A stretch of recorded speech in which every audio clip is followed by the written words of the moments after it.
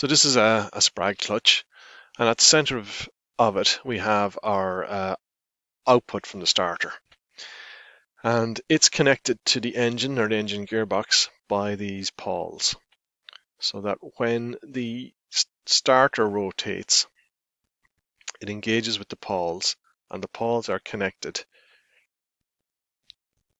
are connected to the engine or the engine gearbox. So when the motor presses on the pawls, this is going to cause the engine to rotate.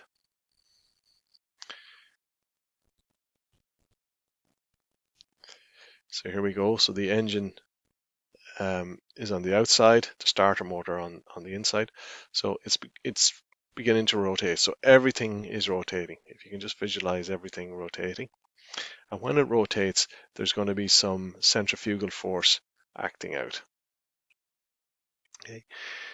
Now, the pawls are being kept in place by this spring, but at some stage, the centrifugal force acting on the pawls is going to be greater than the spring tension. So the pawls are going to push against the springs.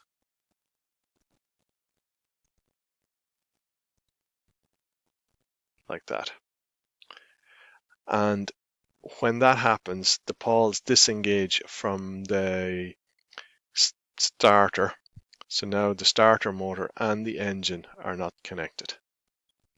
Okay, so this is us disconnecting the engine, and it happens at a particular speed, and that speed is due to the centrifugal force on the pawls.